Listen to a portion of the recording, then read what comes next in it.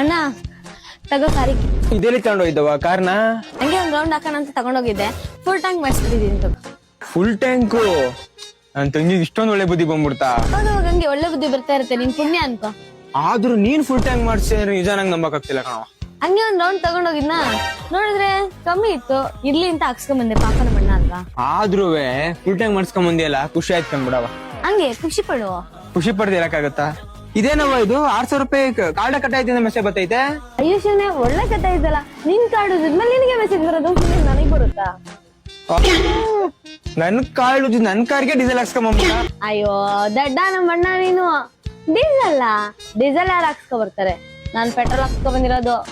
ಓ petrol car ಅಲ್ಲ ಕಣವ, diesel car. ನಿಂಗೆ ಯಾರೋ ಹೇಳಿದ್ ಪೆಟ್ರೋಲ್ ಹಾಕ್ಸ್ಬೇಕು ಅಂತ. ಅಯ್ಯೋ ನಿಂಗೆ ಅಷ್ಟು ಗೊತ್ತಿಲ್ವಾ? ನನ್ ಸೈಕಲ್ ಶಾಪ್ ಅಂಕಲ್ ಯಾವಾಗ್ಲೂ ನನ್ ಗಾಡಿಗೆ ಪೆಟ್ರೋಲ್ ಹಾಕೋದು, ಅದಕ್ಕೆ ನಾನು ನಿನ್ ಕಾರಿಗೆ ಇರ್ಲಿ ಅಂತ ಪೆಟ್ರೋಲ್ ಹಾಕ್ಸ್ಕೊ ಬಂದೆ. ಸೈಕಲ್ ನನ್ ಚೂರ್ ನಾಳೆ ನಂಗೆ ಮೀಟ್ ಮಾಡಕ್ ಹೇಳವ, ಸ್ವಲ್ಪ ವಿಚಾರಿಸ್ಕೋಬೇಕು ನಾನು.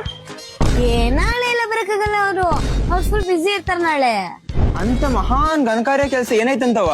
ಅಯ್ಯೋ ಡಬ್ಬ ಕಾರು ಪೆಟ್ರೋಲ್ ಹಾಕ್ಸಿದ ತಕ್ಷಣ ಸ್ಟಾರ್ಟ್ ಆಗಿಲ್ಲ, ಅದಕ್ಕೆ ಅಲ್ಲೇ ಕೊಟ್ಟು ಬಂದಿರೋದು ರೆಡಿ ಮಾಡ್ಸಕ್ಕೆ. ಆ ಅಂಕಲ್ ನಾಳೆ ಎಲ್ಲ ಫುಲ್ ಬಿಸಿ ಆಗಿರ್ತಾರೆ, ನಿನ್ ಕಾರ್ ರೆಡಿ ಮಾಡೋದ್ರಲ್ಲಿ.